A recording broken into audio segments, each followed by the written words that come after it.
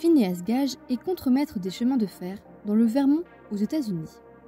C'est en 1848 qu'il subit un accident de travail pendant lequel une barre à mine en fer d'environ 1 mètre de long, 6 kg et de 3 cm de diamètre lui perfore le crâne, passe sous l'œil gauche et déchire la face inférieure du lobe frontal du cerveau. Il survit miraculeusement et, malgré la perte de l'usage de son œil gauche, il parvient à conserver ses compétences langagières, sa mémoire et son intelligence.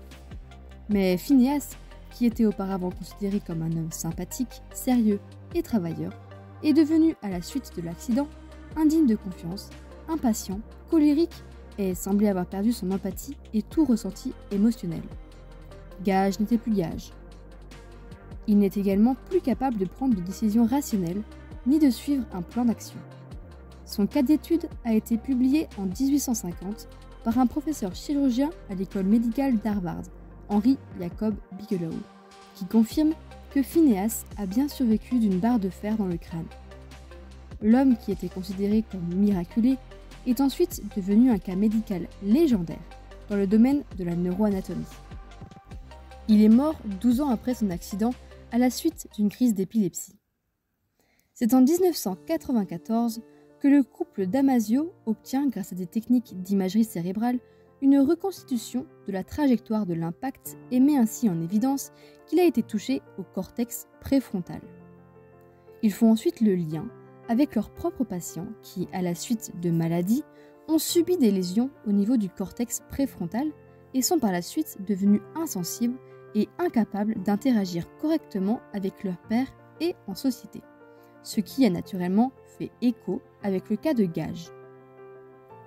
Ces thématiques s'inscrivent dans le domaine de la neuropsychologie, une discipline qui étudie les fonctions cognitives à partir d'observations menées chez des patients présentant des lésions cérébrales localisées.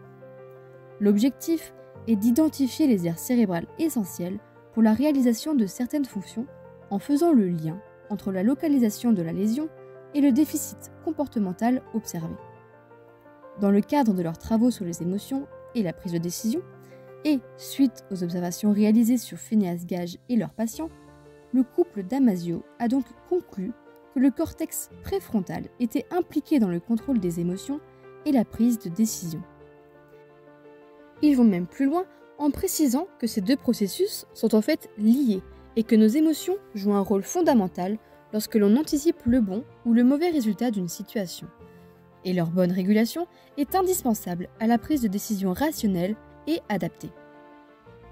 De nouvelles études suggèrent que les conséquences qu'aurait eu l'accident de Phineas Gage sur son comportement et sa personnalité se seraient peu à peu atténuées au fil de ses 12 dernières années de vie.